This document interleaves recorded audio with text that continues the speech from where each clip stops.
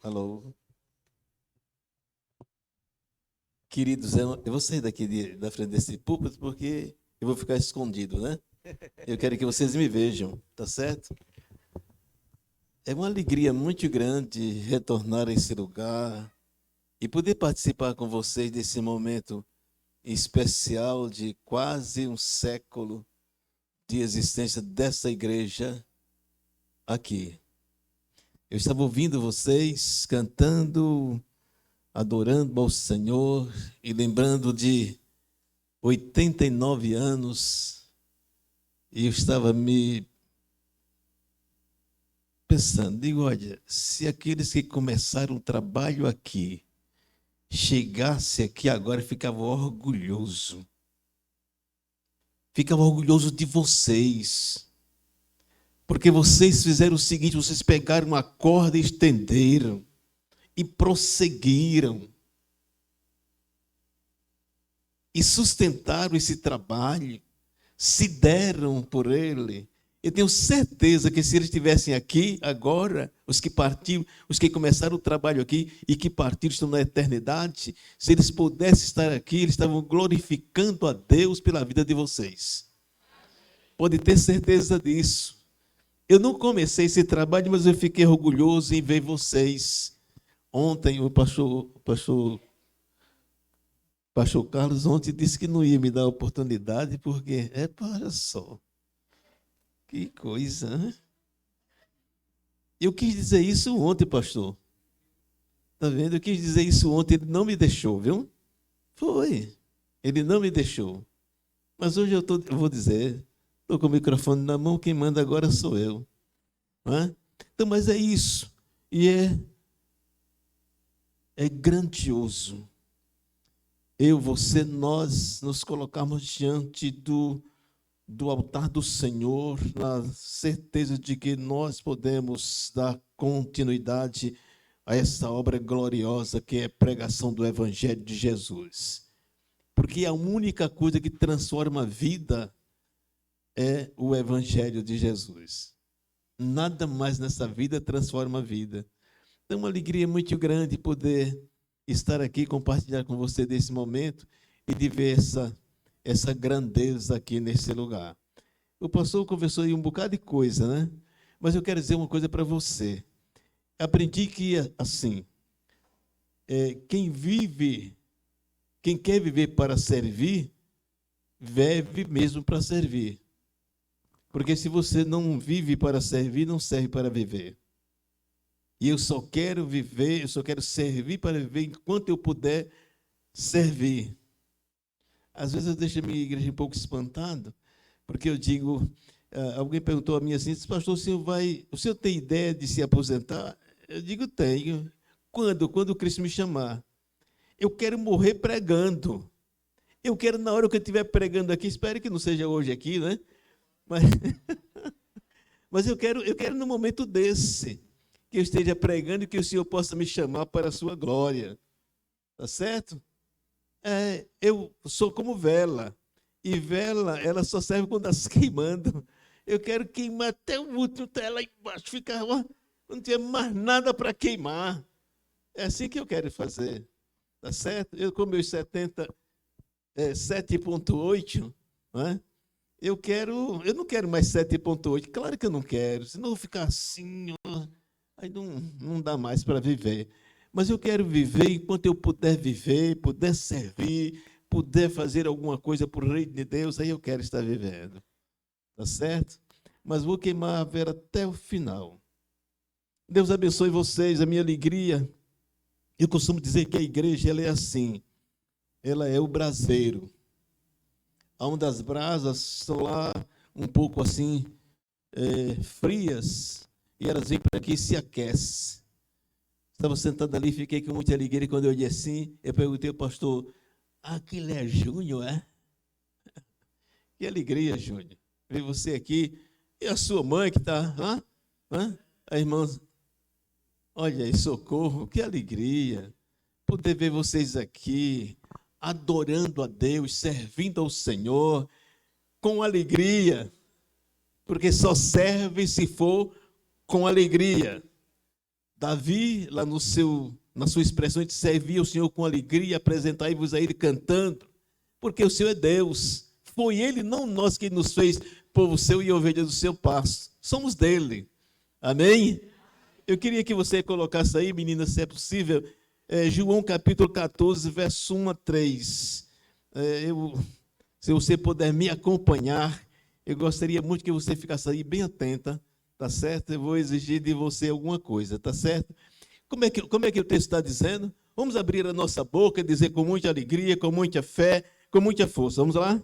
Como é que diz o texto?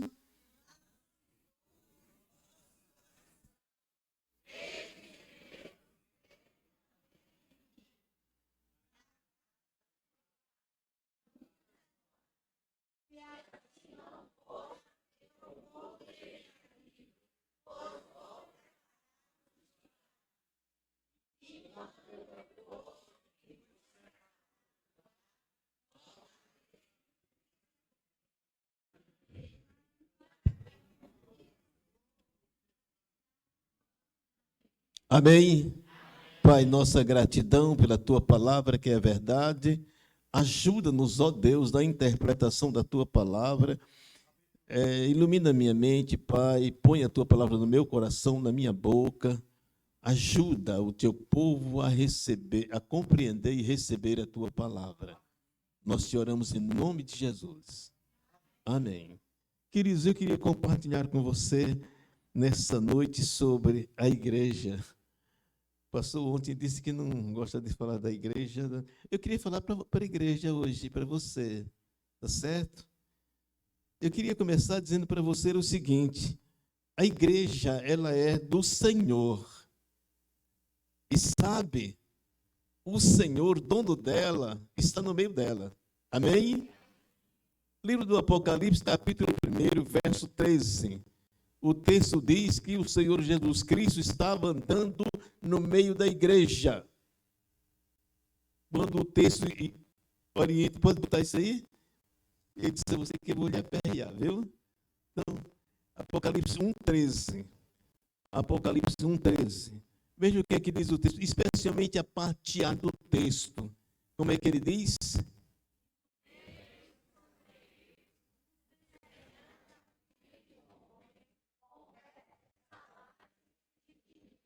Amém? Amém? No meio da igreja, ele chamou ele de castiçal. Não é isso?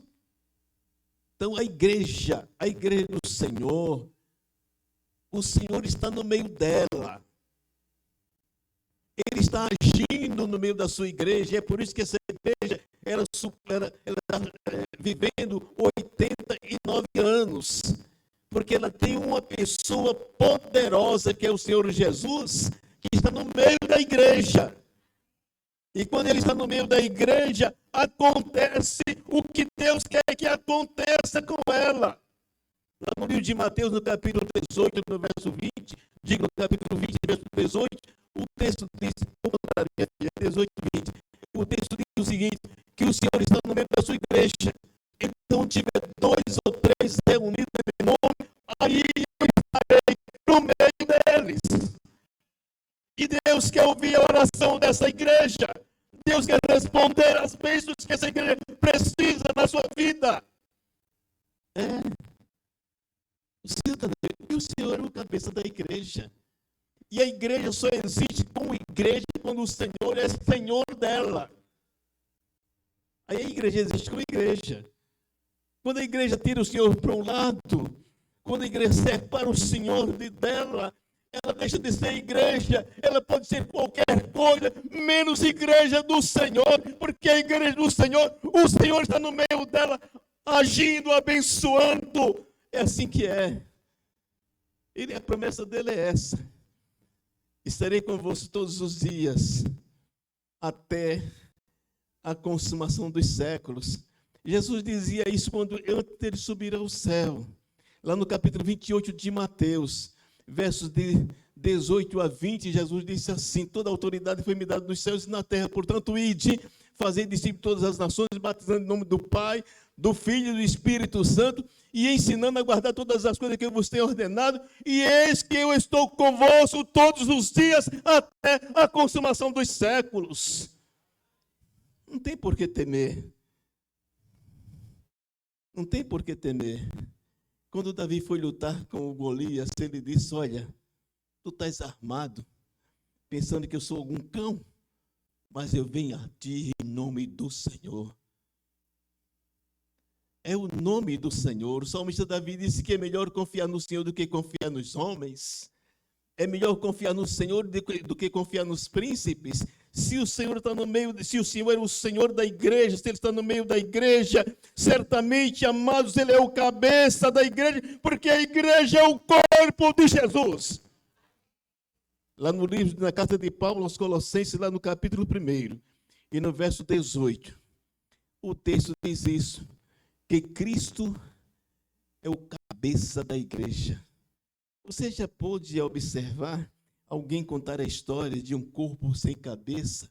Um corpo sem cabeça só assusta. Quem vê um corpo sem cabeça fica louco, assustado.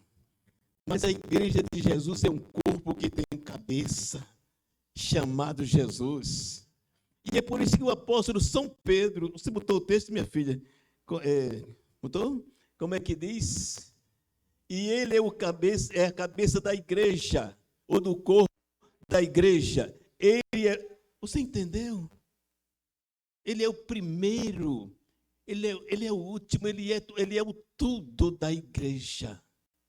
E a igreja do Senhor Jesus Cristo só existe como igreja quando Jesus Cristo é o Senhor da igreja, quando Jesus Cristo está no meio da igreja, quando Jesus Cristo é o cabeça da igreja. Aí eu digo uma coisa para você, vai acontecer coisas extraordinárias na igreja, porque ela tem Jesus Cristo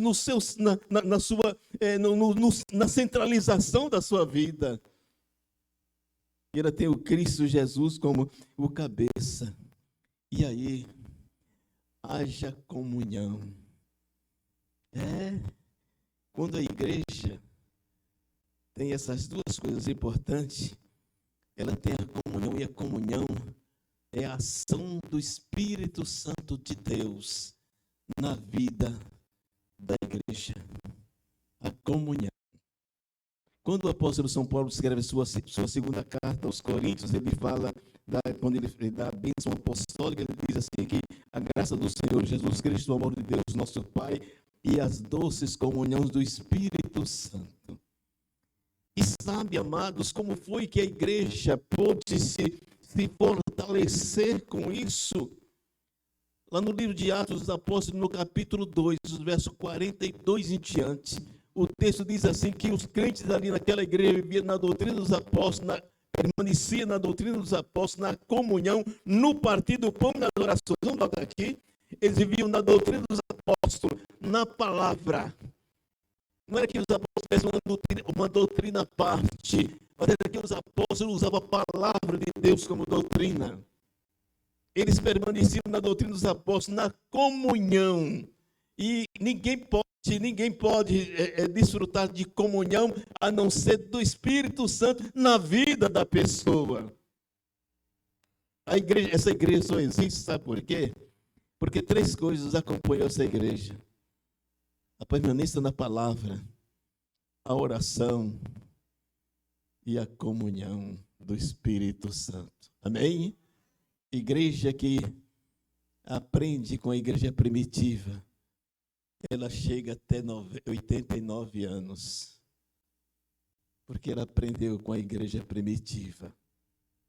Comunhão, palavra, comunhão e oração. A oração, amados, é certamente, sem dúvida nenhuma, a oração na vida da igreja é de tanta importância, porque ela é a vitalidade da igreja. E a vitalidade da igreja é a oração. A igreja que não ora, ela perde muito. Viu? Ela perde. Quando Jesus Cristo ressuscitou, antes dele subir ao céu, ele mandou que os discípulos fossem para Jerusalém. Está lá no capítulo 1 do livro de Atos, verso 14. Mandou que eles fossem para Jerusalém, dizendo eles que eles permanecessem lá. E o texto diz que eles estavam ali em oração. E aconteceu uma coisa extraordinária. Lá no versículo 8 do capítulo 1 do livro de Atos, diz que eles foram revestidos de poder. A igreja de Jesus Cristo, que a Bíblia diz que ali estava mais ou menos 120 homens. É bem interessante isso, saber que naquele tempo as mulheres e crianças não eram contadas. Era. Aí você vai verificar que o texto diz assim que tinha mais ou menos 120 homens. Ou apóstolos, ou discípulos. Eles começaram a vida de oração, porque a oração é a vitalidade da igreja. E quando eles começaram a orar, a Bíblia diz que o Espírito Santo de Deus desceu sobre ele, porque Jesus Cristo tinha prometido que ele haveria de sair mundo afora pregando o seu evangelho. E Jesus sabe quanto é difícil pregar o evangelho às pessoas que não estão interessadas ao céu, ao perdão, a Jesus. Eles precisavam de ter autoridade e poder, ousadia. E o texto diz lá no versículo 8, que eles receberam poder. Jesus disse assim: mas recebereis o poder ao descer sobre vós o Espírito Santo, para ser as minhas testemunhas, tanto em Jerusalém como em toda a Judeia e Samaria e até os confins da terra. Para eles lá, os confins da terra é aqui. Para a gente pode ser lá, mas para eles é aqui, os confins da terra.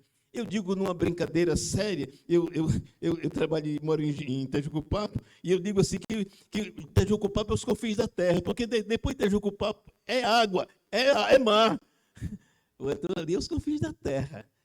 Mas a promessa de Jesus, a sua igreja, que centralizou Jesus Cristo como Senhor, como cabeça, que vivia uma vida de oração, que tinha esse combustível da oração na vida deles.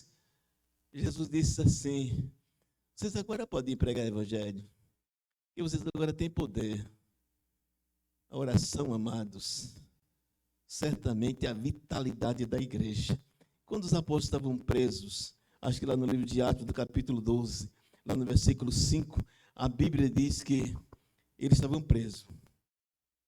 Mas a igreja do Senhor, aleluia, a igreja do Senhor estava em oração. Amém? Veja só o que aconteceu. A Bíblia diz que as portas do cárcere se abriu, as cadeias que estavam sustentando aqueles homens ali se quebraram e eles saíram. E eles foram até a igreja que estava em oração.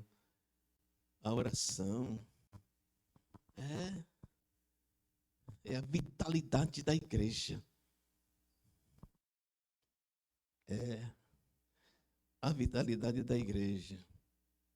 Há um hino que diz assim: em fervente oração, vem o teu coração, na presença de Deus derramar.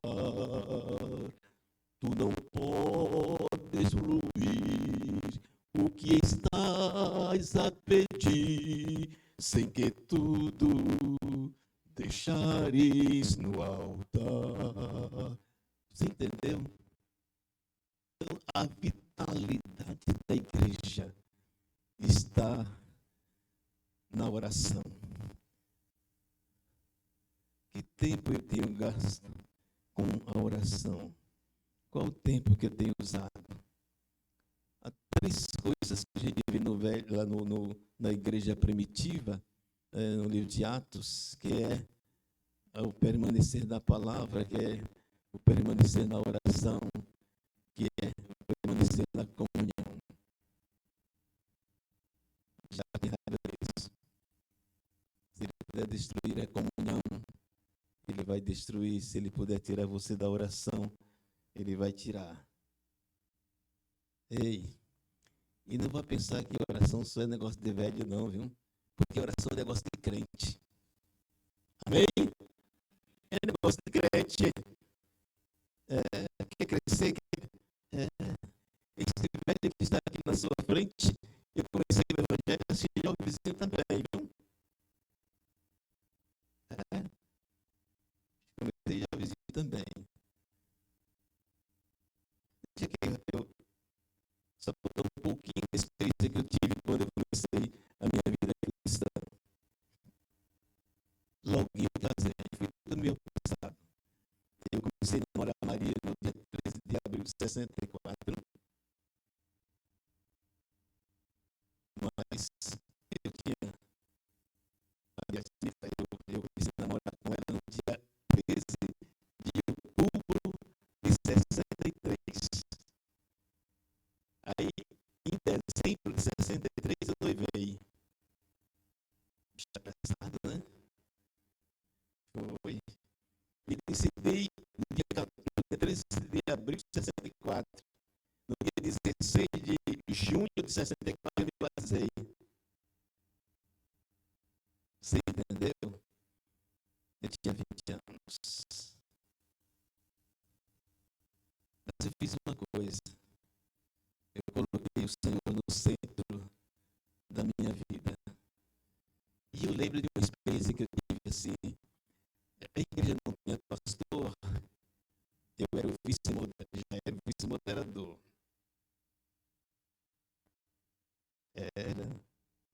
Eu era tão novo que uma irmãzinha de bastante idade, de experiência, quando me elegeram como vice-moderador, ela disse assim: se você não queria isso não, você vai servir de boneco de papel ali na frente. Ela queria dizer que eu não tinha experiência, por isso que ela não soube dizer só isso. Que ela não soube dizer. Eu entendi. Eu nem liguei.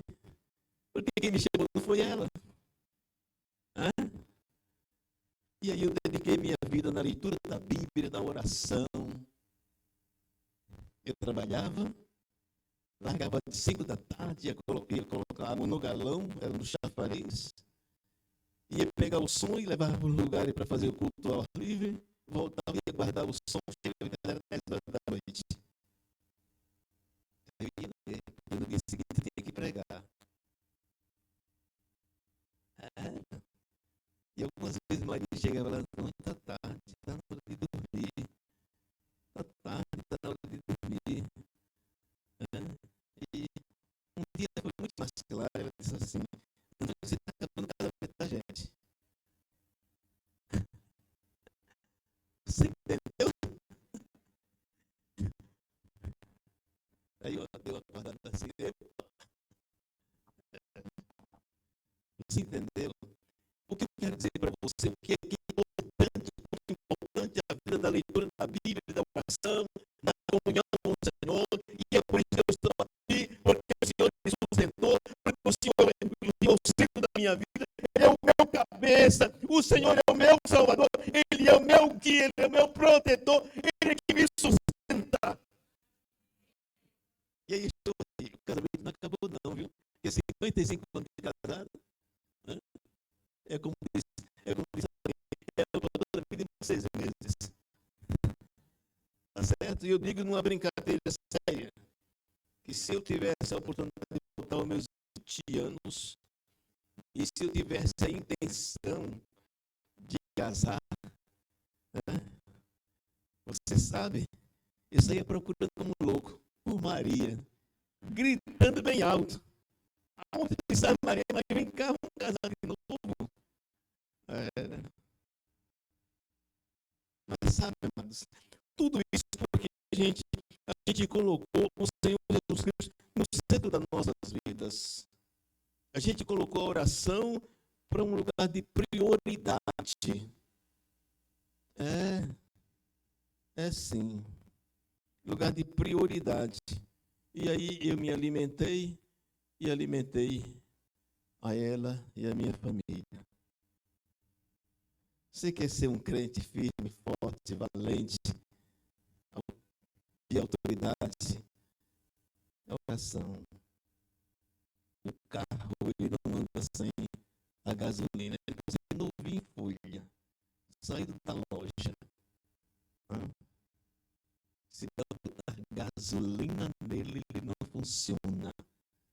O crente pode ser adulto, jovem, que for. Se ele não tiver uma vida de oração, ele não sobreexiste nesse mundo tenebroso. Nós vivemos um mundo assustador. sua experiência profunda, ele nos mostrou um caminho para vencer.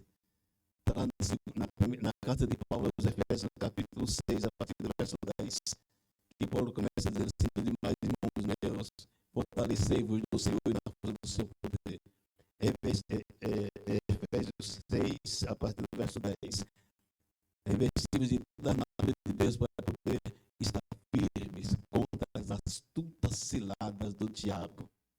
Ele diz que nós não temos que lutar contra a carne e o sangue, mas contra os principados e potestades, contra o príncipe das trevas desse século, contra as hostes espirituais da maldade nos lugares celestiais.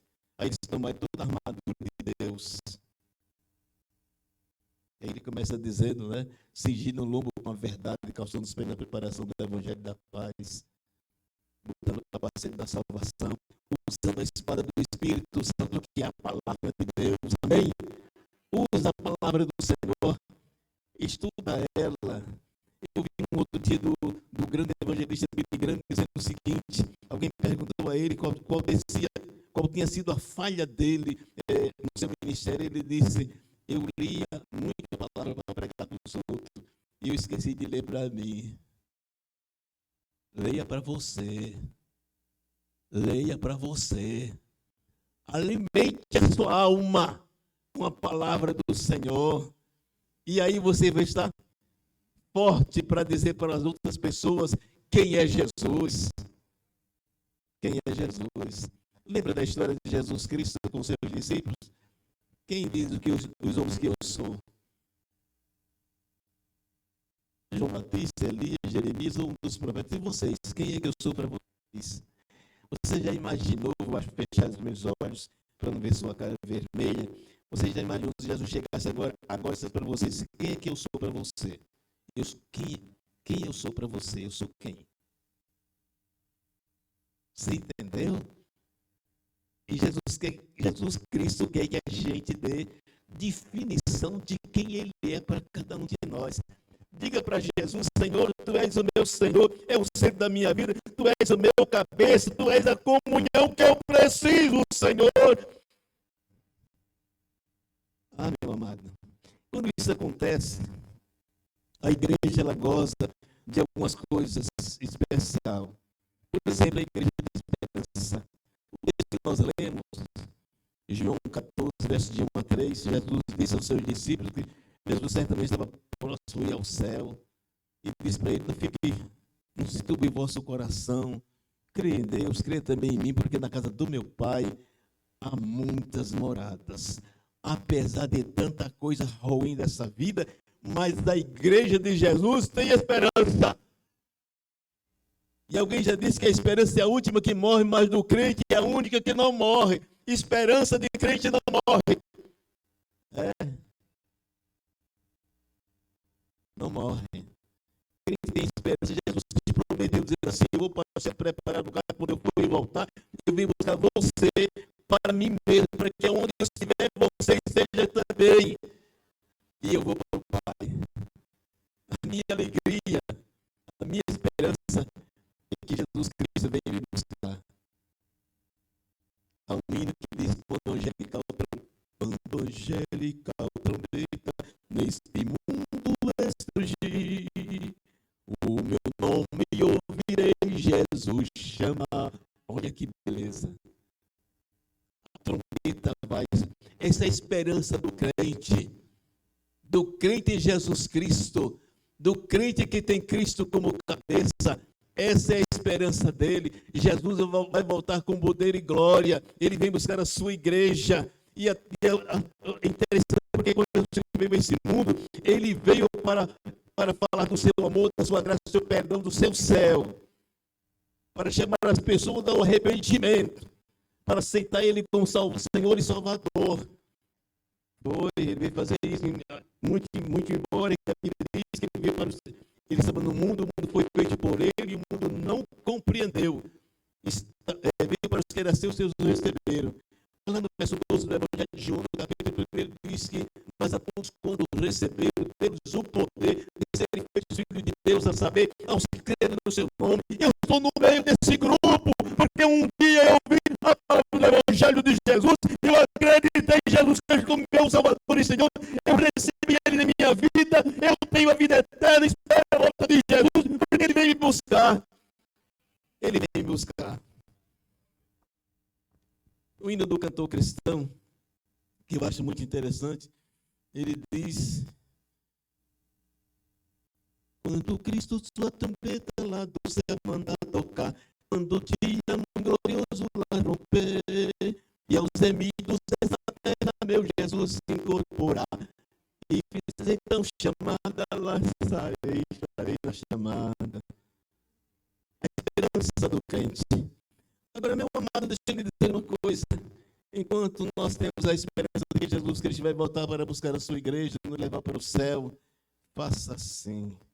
Engrossa as fileiras dos salvos. Diga para o seu vizinho, para o seu irmão, para o seu parente, para quem for, que Jesus Cristo é o Senhor. Diga. Talvez você, pastor, eu não sei dizer. Eu já vi tantas vezes assim, pastor, eu não sei evangelizar. Olhe, existe uma forma que o crente pode evangelizar sem palavras, sem fala, como disse o salmista Davi, lá no Salmo de número 19. Que sem linguagem, sem fala, ouve-se as suas vozes. Disse o salmista Davi em relação a Deus. Então, sem linguagem, sem fala, você pode evangelizar como testemunhando, vivendo a beleza do Evangelho. Pareça com Jesus. Aonde você estiver, aonde você chegar, pareça com Jesus. Se você parecer com Jesus, ninguém nem vai perguntar a você se você é crente. As pessoas vão dizer para você, você é crente, né? Vai confirmar. Quando se é crente em Jesus Cristo, as pessoas não perguntam que a gente é crente. Eles nem têm dúvida. Eles afirmam que nós somos crentes em Jesus Cristo. Sabe por quê? Porque nós começamos a parecer com Jesus. A beleza da igreja de Jesus Cristo é parecer com o seu Senhor. Essa é a beleza da igreja. E a igreja que espera por Jesus, ela não pode estar esperando assim, de qualquer jeito. Ela precisa estar esperando, olhando para Jesus. Aquele hino que diz sempre que eu leio a história de Cristo, eu fico a pensar com grande emoção nos privilégios que muitos tiveram de ver o seu rosto, sentir sua mão. Eu também queria essa alegria. Eu também queria essa alegria de ver o bem perto, bem juntinho a mim, de olhar nos seus olhos serenos e meigos. Oh, como eu seria tão feliz assim. Mas o hino termina dizendo assim que um dia eu verei face a face lá na glória. A igreja de Cristo que espera por Jesus, que espera a sua volta, ela é a igreja que tem a esperança de um dia entrar no céu pela porta, como disse Jesus. Essa é a igreja de Jesus. E eu espero que você, como igreja de Cristo, não vacile. Espere a volta gloriosa de Jesus, porque essa é a esperança. E finalmente, amados, a igreja de Cristo, além de ter Jesus Cristo como centro da sua vida, além de ter Jesus Cristo como cabeça, além de ter o Espírito Santo como a doce comunhão, além de ter a oração como a razão de ser de um crente, além de ter a esperança de que Jesus Cristo vai voltar para buscar a sua igreja, ela é privilegiada, porque é o único grupo que tem autoridade de pregar o Evangelho. A Bíblia diz que os anjos queriam pregar. Você lembra a história do rico e Lázaro? O rico disse assim para Abraão, manda que um dos mortos vá lá na terra e diga para os tipos de irmão que eu tenho lá que era do meu jeito. Certamente, né? Era do meu jeito. Para que eles possam mudar. Pai Abraão, que representava Deus, disse, lá tem Moisés e os profetas. Lá tem a lei e a minha igreja, que é o profeta de Deus. A igreja de Jesus Cristo é o profeta de Deus que prega o Evangelho de Jesus, o Evangelho de poder, que somente Ele tem poder para transformar a vida. Somente Ele. A igreja é privilegiada. O rico queria que alguém viesse aqui. Os anjos queriam vir assumir o nosso lugar. E o Senhor disse, não, isso aí é para os meus remidos. Deixa eu terminar dizendo uma coisa para você. Você já faz parte da igreja de Jesus. Eu não estou falando de uma denominação, estou falando da igreja de Jesus. Quem é a igreja de Jesus? Aqueles que receberam Jesus Cristo como Salvador e Senhor. Essa é a igreja de Jesus. Essa é a igreja de Jesus. Quando Jesus Cristo vem buscar a sua igreja, pode ter certeza que ele não vem buscar a igreja batista.